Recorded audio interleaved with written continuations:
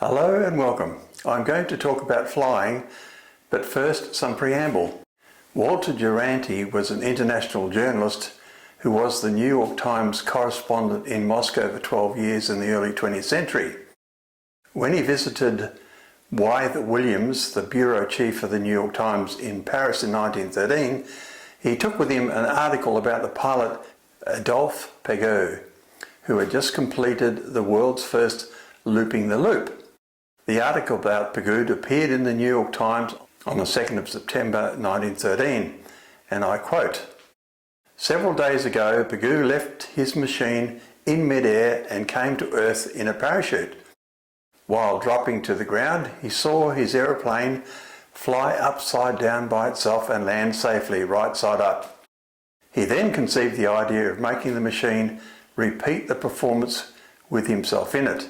In the moment of his departure, he was by far the calmest person present. He rose to a height of 3,000 feet and then turned the nose of the machine earthward. For 200 feet, it fell like a stone. It then turned inward till it was flying on its back, after which it rose perpendicularly upward.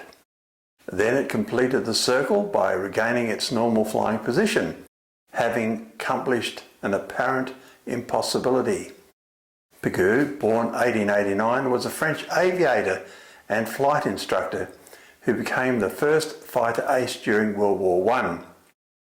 He earned his pilot certificate in 1913 and was the first pilot using a sacrificial aircraft to make a parachute jump. Seeing his Blériot Model 11 loop gave him the idea.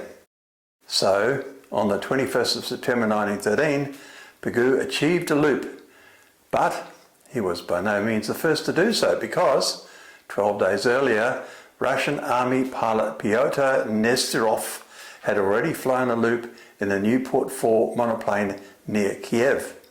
It was Nesterov who became the first pilot to destroy an enemy airplane in flight on the 25th of August 1914, when he rammed the Austrian Albatros B-2 with his Marine Saulnier Type G, killing himself too.